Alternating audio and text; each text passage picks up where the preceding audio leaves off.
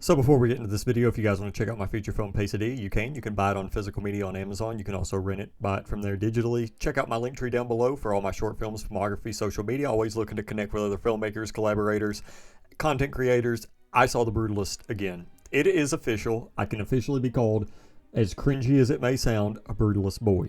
Now, I had no plans on seeing The Brutalist again in theaters. I was just going to wait for the Blu-ray to come out because I'd already seen it.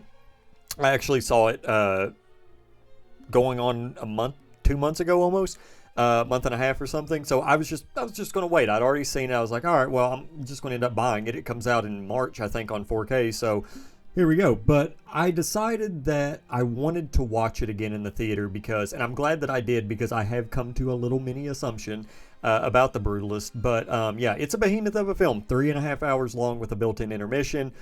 I think that on a second watch, I enjoyed it.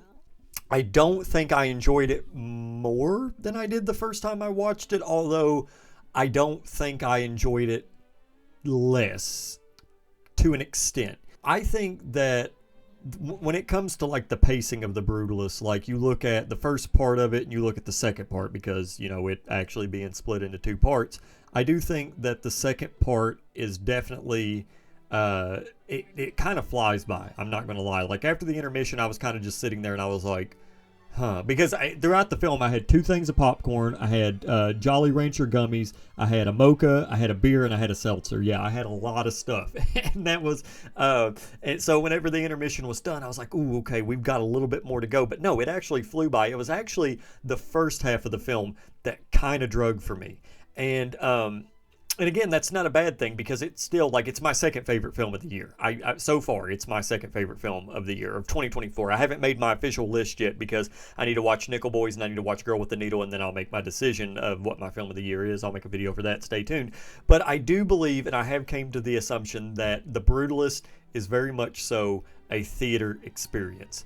I think if I was to watch it at home, which I don't have an issue watching longer films by any means, but I do believe that there's something about not being able to take a break and watching it in the theater that definitely is more appealing to me than watching it at home on the couch, getting relaxed with things that can kind of happen. You know, it's not hard for somebody to call your phone and it ring and you have to, you know, answer it. I know some people might turn off their phones. I do to an extent. It really just depends. But The Brutalist is one of those films that you really can't start at like 8 p.m. or 9 p.m. or 10 p.m. because you're going to be up till like 1 in the morning. And if you've got kids, it's kind of hard. So I saw my showing at 1. I've only seen The Brutalist at 10 a.m. and 1:20 p.m. So yeah, and those were pretty good times, I think, to watch it for sure. Wasn't tired, wasn't sleepy, and I know that makes it sound like it's a boring film, which it's not. It's just long, and I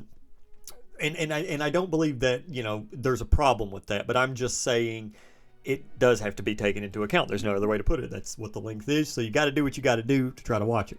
I mean, it could be worse. It could be like a Satan Tango or something. But yeah, no, it's great. And my experience with The Brutalist, I had, it was phenomenal. It really was. I wish I would have saw it in IMAX. I think that would have been the best way to see it. Unfortunately, it is like, and I live in a pretty populated place. Like I'm not, like we usually get all of the new movies. Hell, we even get some of the little art house films in our big theaters. But for some reason, The Brutalist is only playing in one art house theater that's near me. And I'm just surprised it's not getting some IMAX showings because it's kind of just shocking. We get everything else. Heck, the city that I live in, we ended up getting Maxine a week early. And no other place around me was getting it a week early, which I thought was kind of crazy. But yeah, The Brutalist is a phenomenal film. If you've not had a chance to see it, it is wide now, I believe. If you can seek out a screening, trust me, see it in the theater. You need this definitely is a theater experience. Like I would not recommend your first time watching it being on a streaming service or Blu-ray or whatever. I do believe that this is a theater film. I think you'll get a lot more appreciation for it too. Another thing I want to talk about, of course, the performances. Adrian Brody is amazing. Guy Pearce is phenomenal. There's one Felicity Jones, I did not pick up on her performance at first when I first seen it. The second time, though, there is actually, and I don't know if it's intentional. I mean, it might not be intentional whatsoever, but when she is outside laying on the grass and she is laughing with everybody else, for some reason that just like hit me a lot. Like I was just sitting there and I was like, is she like the way that she was laughing? It was almost like she didn't find anything funny, but she was just happy to be in the position that she was in and she just wanted to impress people. I don't know. I could be looking into it too much. I probably am. And also, I saw the boom mic. First time I watched it, I was like, was that the boom mic? Second time I watched it, yes. I was like, that is the boom mic. Not that big of a deal, but I did see a boom mic. And it's just a very simple film. It's very simplistic. It's very much so just set pieces. It doesn't really like it is a decade spanning decades time frame spanning film. Like I mean, going from 47 to 1980 for the epilogue, but it's very contained. There's not really. It's more so watching a bunch of set pieces as they kind of go on, which might throw some people off. But for me, I actually thoroughly enjoyed it. I thought it was great. I thought it was really, really good. I loved it. I'm so glad I had a chance to see it again in theaters.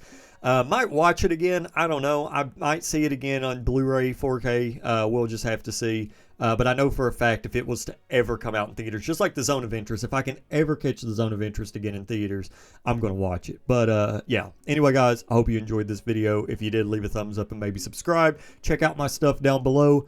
And I'll see you next time.